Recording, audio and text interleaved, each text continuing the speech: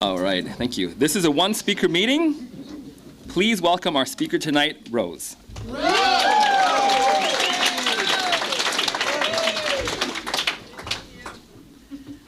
Hi, I'm Rose, alcoholic.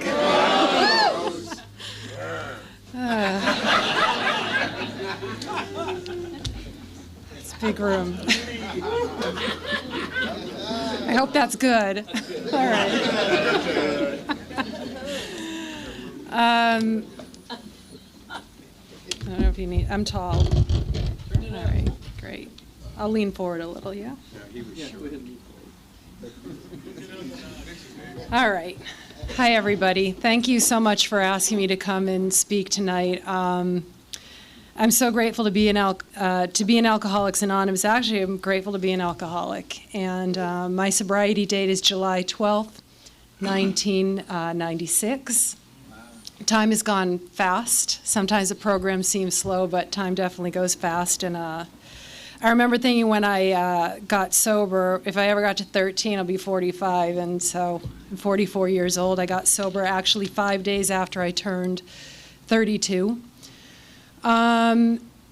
I wanted to welcome all the newcomers. When I was new, my feelings were that I felt very confused. I didn't think that I was an alcoholic. My drug of choice is alcohol. And, you know, I spent a lot of time in these rooms at the beginning trying to, I'd find people at the meeting. We'd go out to coffee after, and I tried to tell them my story because I wanted people to tell me that I wasn't an alcoholic. You know, no one ever told me that.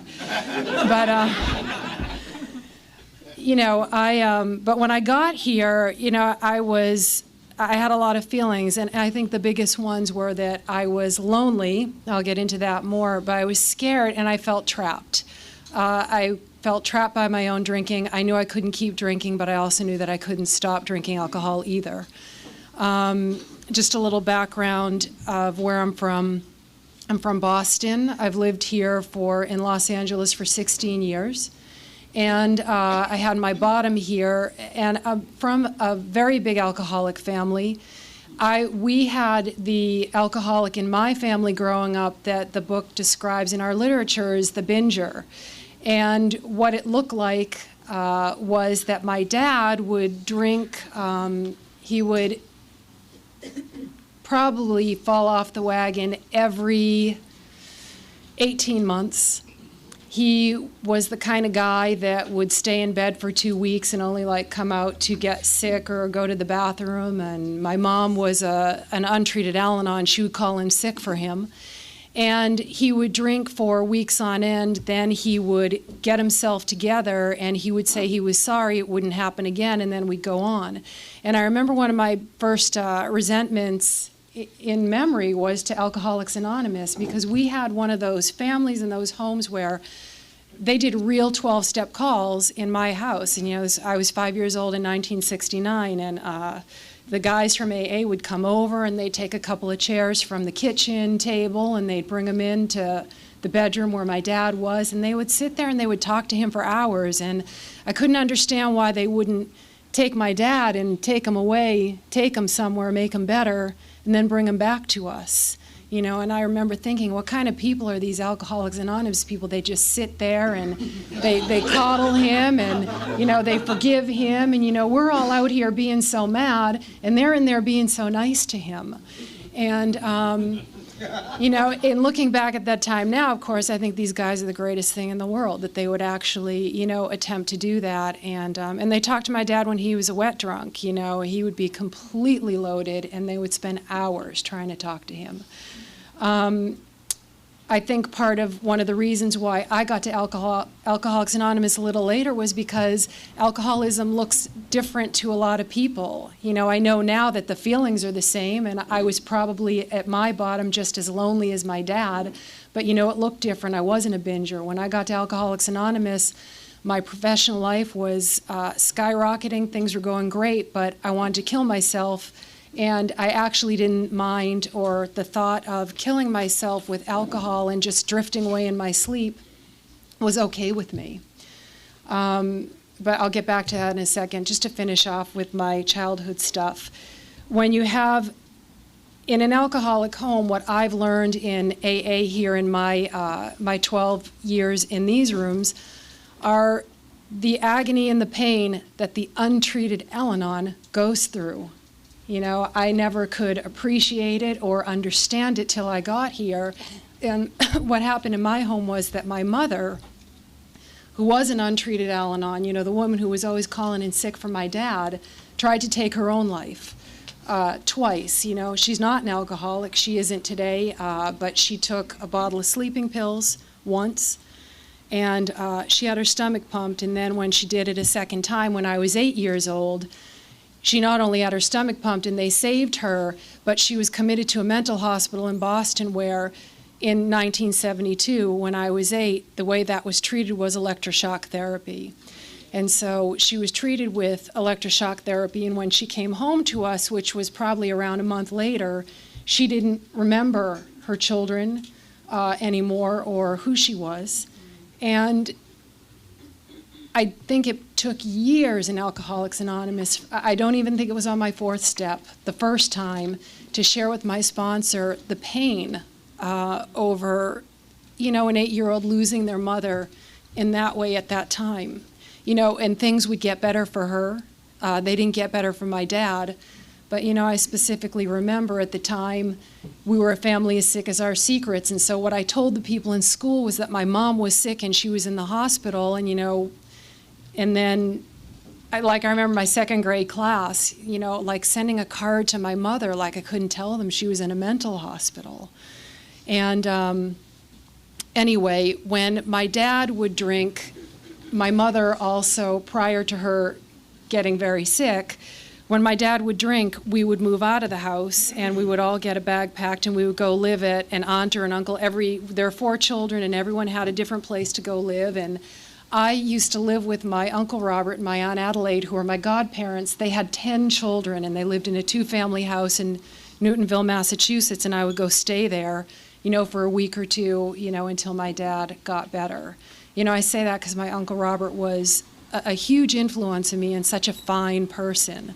You know, I love to remember him here because he's not here anymore. And anyway, the last part of my childhood that I would want to share is that children in alcoholic families end up taking care of their parents. You become little parents yourself. And my dad had showed my sister and I how to use the stove and the dishwasher and the washing machine. And, you know, we're from a very traditional Catholic family. My grandparents were immigrants, and in our family, the girls did everything and the boys didn't do anything. So we, you know, we made beds and did laundry, and, you know, when my mom came home and she would sit in this chair by the window day after day, my sister and I would take care of her. And, you know,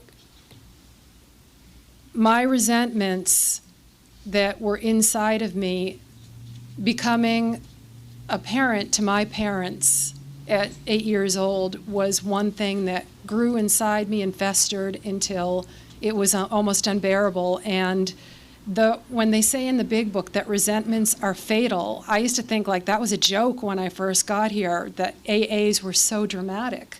But looking back at my drinking history, that resentment was the one that was going to kill me. That was the one that I centered on, and I would talk to people when I was drunk. It was the one I cried over. It was the one, you know, I sought help over, was, you know, the resentment to my parents for what happened in that house. And now that I know, you know, now that I'm sober, I know that it's nothing that happened in that house. It wasn't the way they treated us. I think that I was born an alcoholic.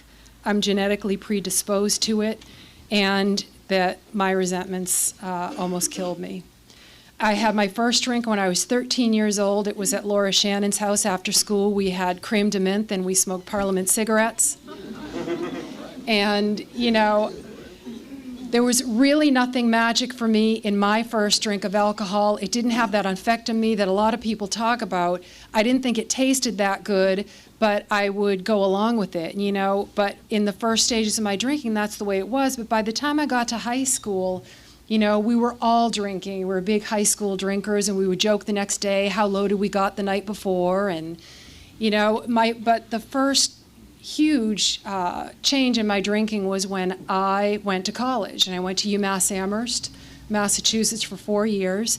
And, that was when I experienced a huge shift in my drinking, which was that I would get hangovers that would last for 2 or 3 days.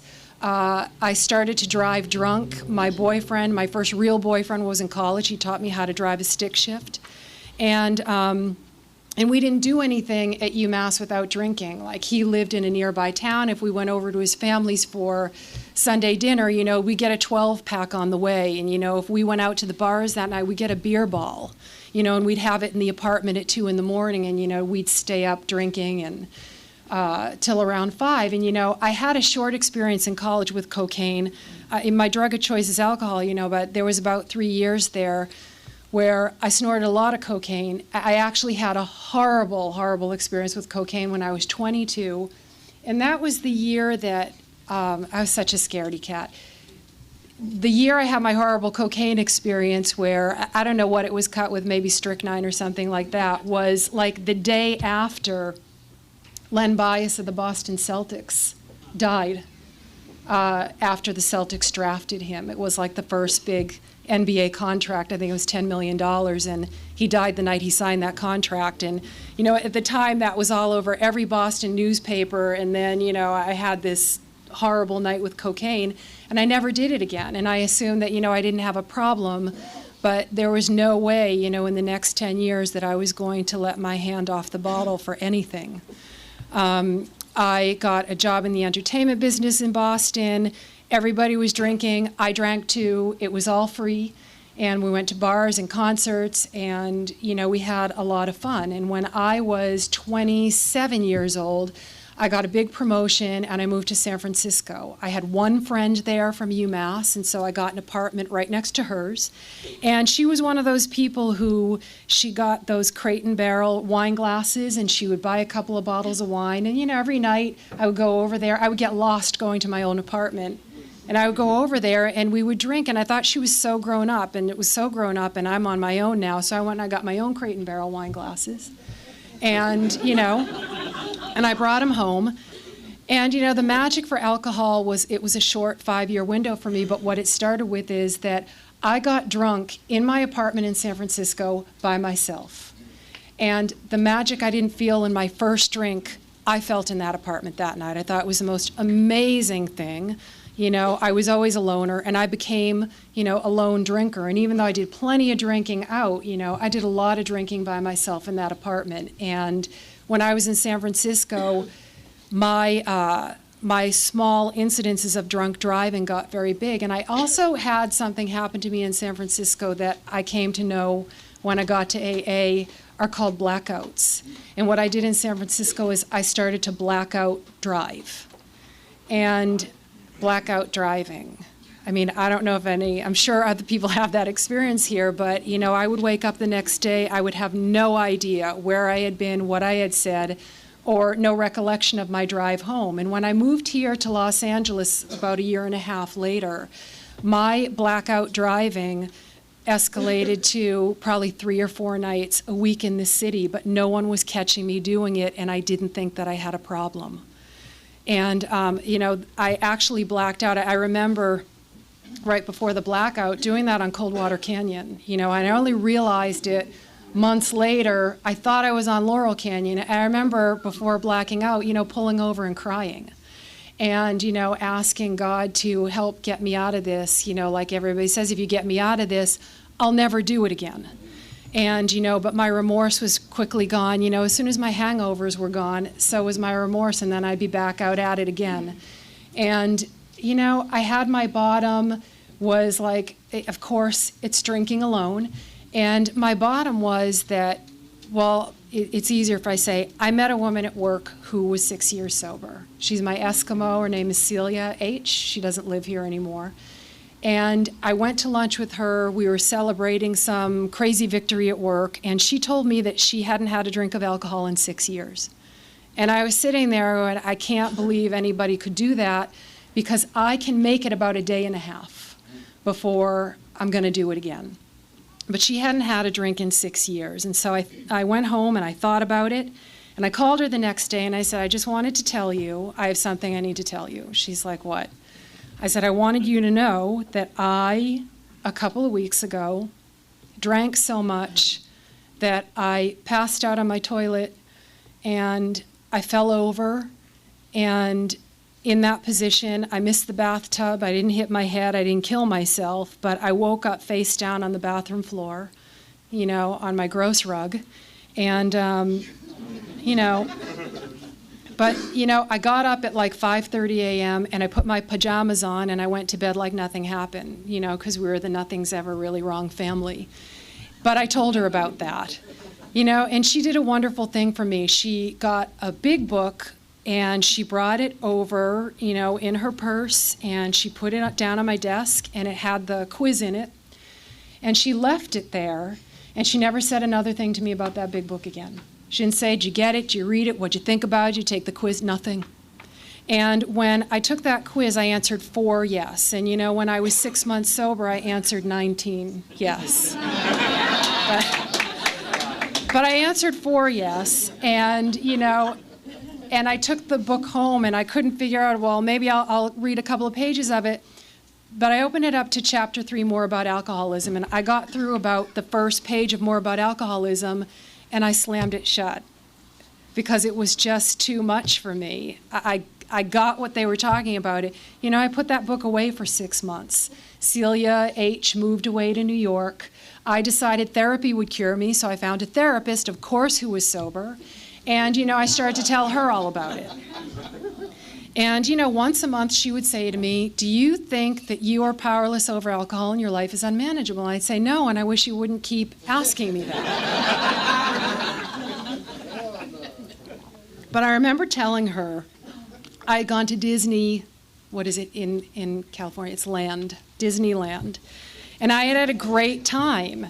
And in, the last days of my drinking, I drank away and obliterated the joy of some of the most wonderful days. You could have promoted me, given me a raise, and I was sure to black out that night. And I told her about that. And I said, what do you think about that? And she said, I think you like knocking yourself down to the shit you think you are.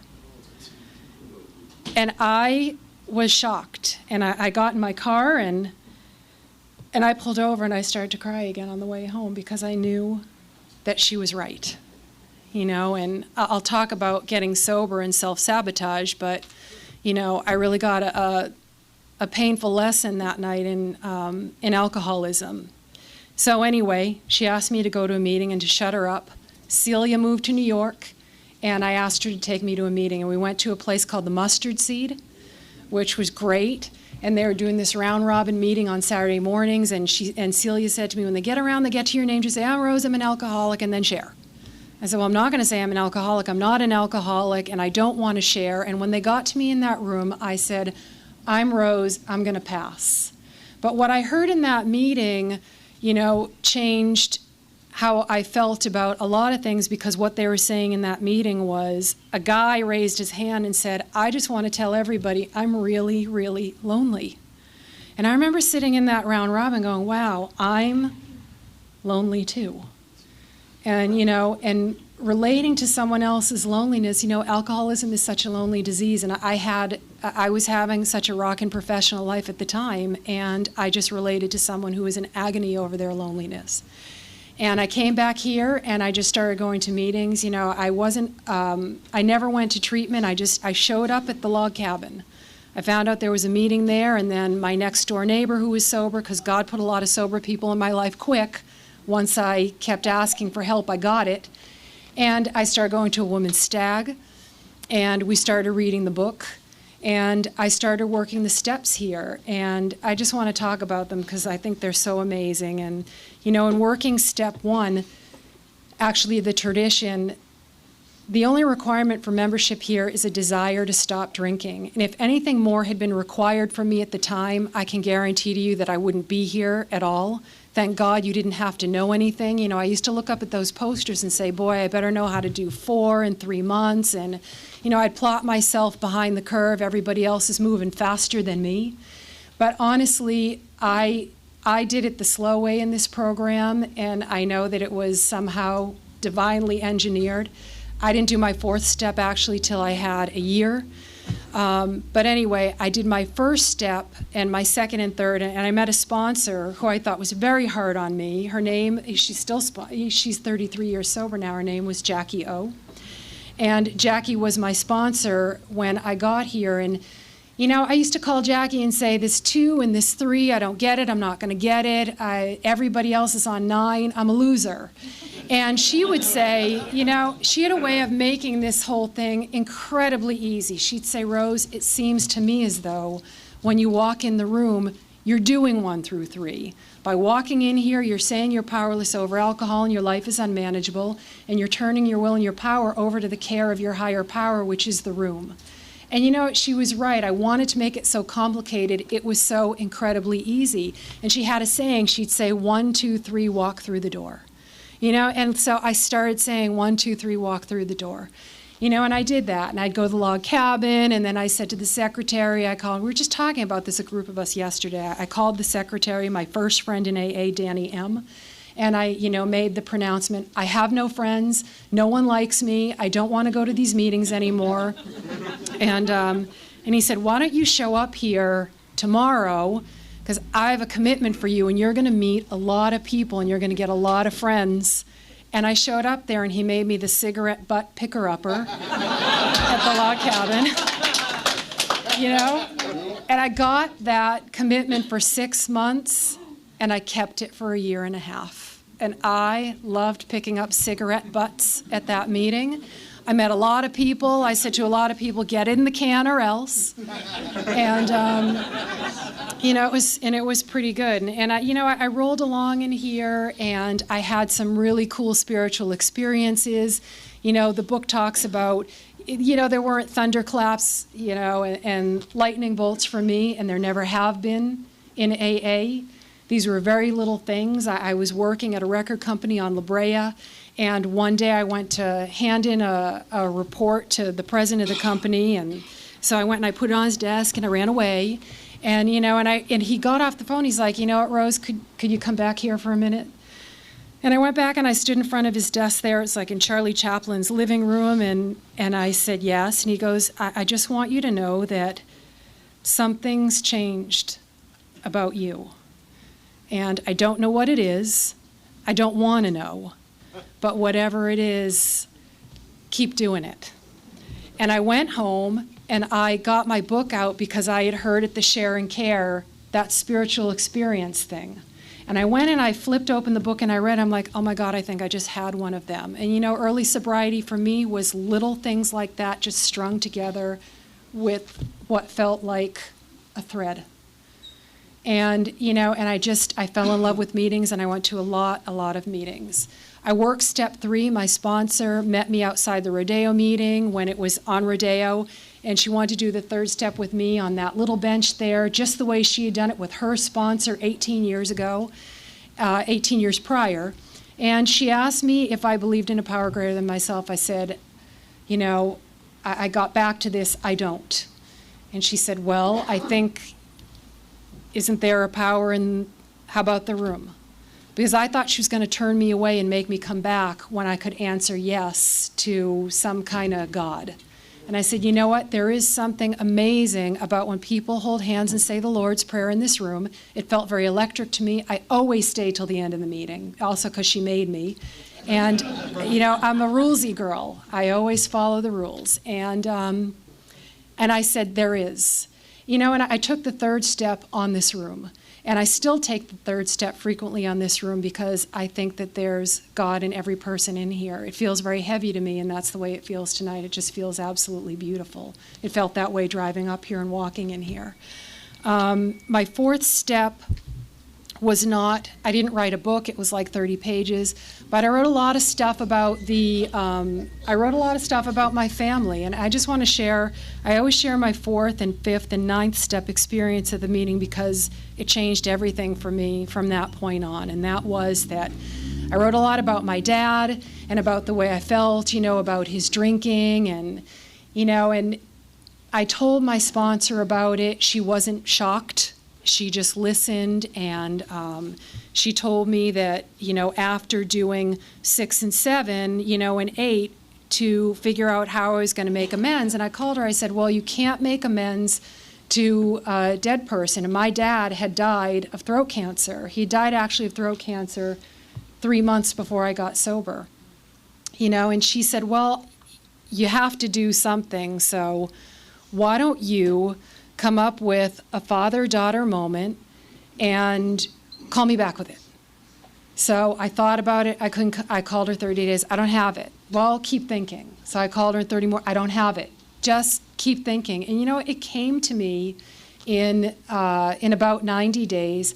My father-daughter moment was that, I flew back to Boston a lot and I visited my dad. He was in a rehab hospital because after his throat cancer surgery, he lost the ability to swallow. The muscle didn't work anymore, so he had to go to rehab hospital to learn how to swallow food again, and he had a feeding tube.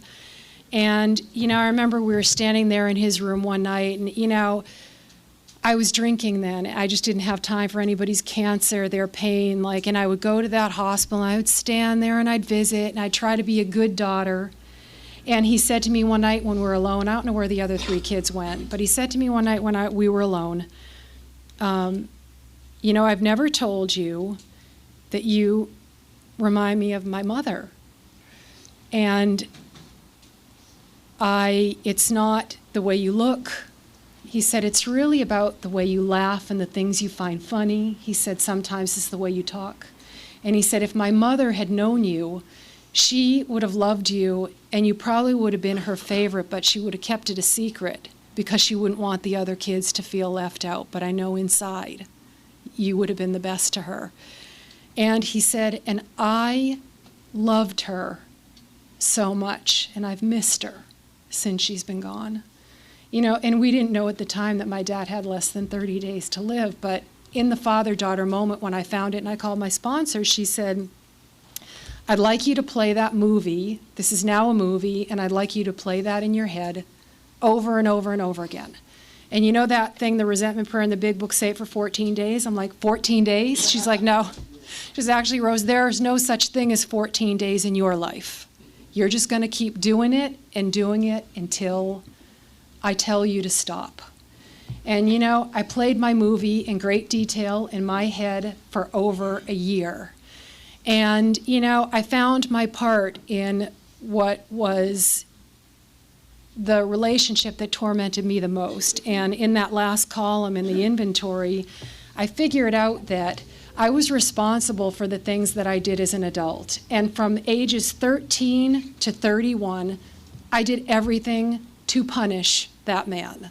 And when he would call me up, my dad used to call me up and say, could I talk to the most beautiful girl in the world? And I used to say to him, Dad, don't say that. I'm not the most beautiful girl in the world. And he'd say, well, you are to me. I said, no, I know I'm not.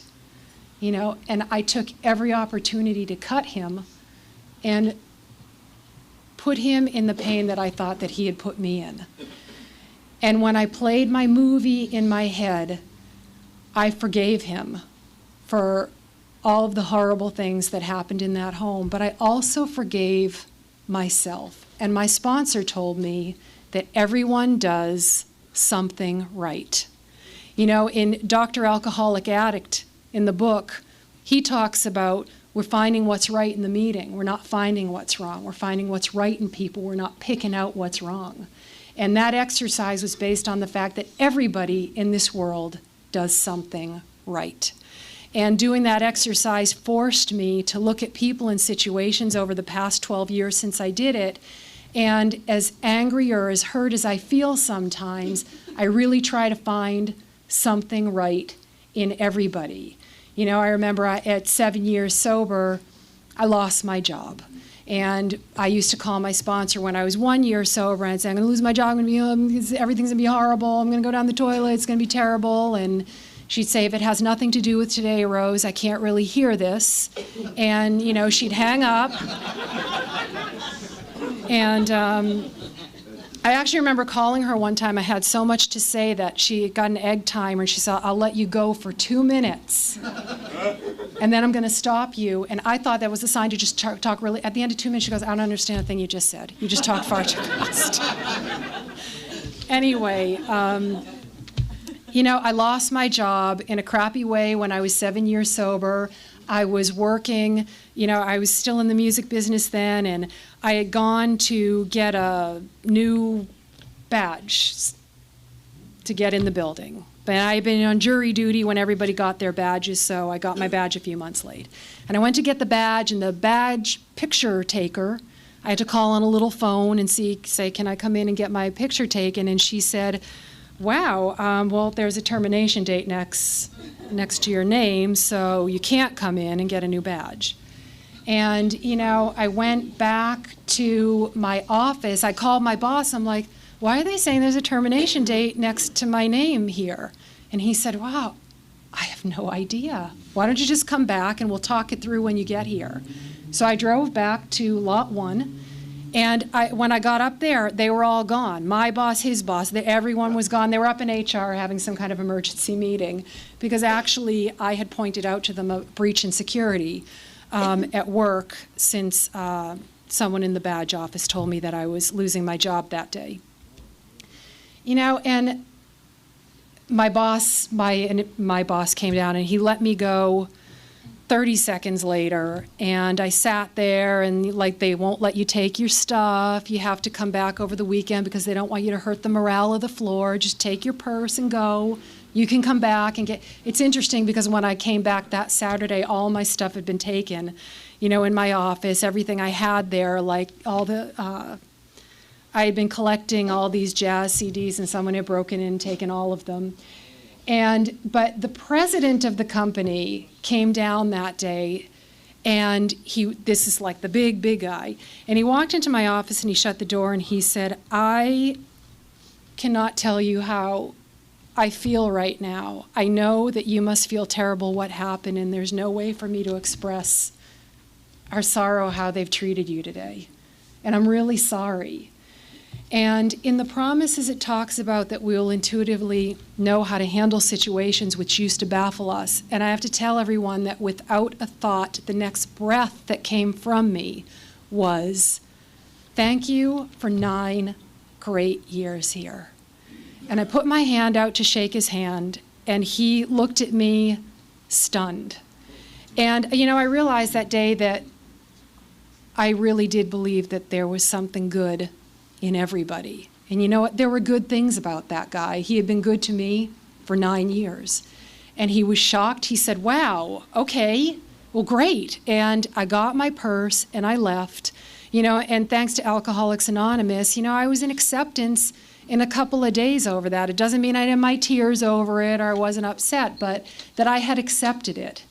And that was an amazing, amazing thing. That was the same president, I used to send him a Christmas card, and I could never figure out what to write in these dumb Christmas cards.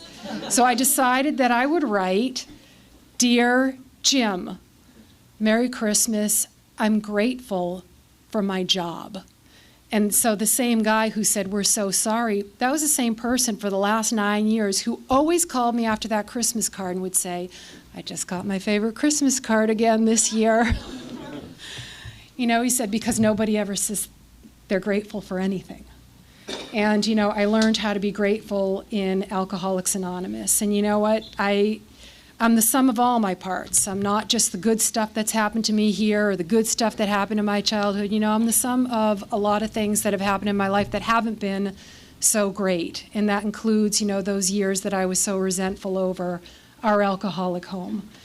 And today I'm not in that business anymore. I decided to quit my job and go back to school. And that was because I heard enough people in Alcoholics Anonymous say, why not me? I was always a girl who wasn't going to accomplish anything. I was never going to be a chief. I was always going to be an Indian. And I followed the pack. And people would say, why not me? And I remember thinking, well, I'm not happy in this business anymore. And when I got sober, I realized that there was this big world outside of work and that I wasn't being defined by my job anymore or how many people worked for me anymore. I didn't need to flex that muscle. I was that person who made the people under me miserable. And since I wasn't defined by my job anymore, I decided to find something that was more me. And so I'm taking it one day at a time. I'm in grad school. I don't know what's going to happen tomorrow. I know that, as my sponsor used to always say to me, I can make it to midnight. You know, like I'd talk to her and she'd say, well, you've got 2 hours and 50 minutes to go. And then tomorrow's another day. So thanks for letting me share.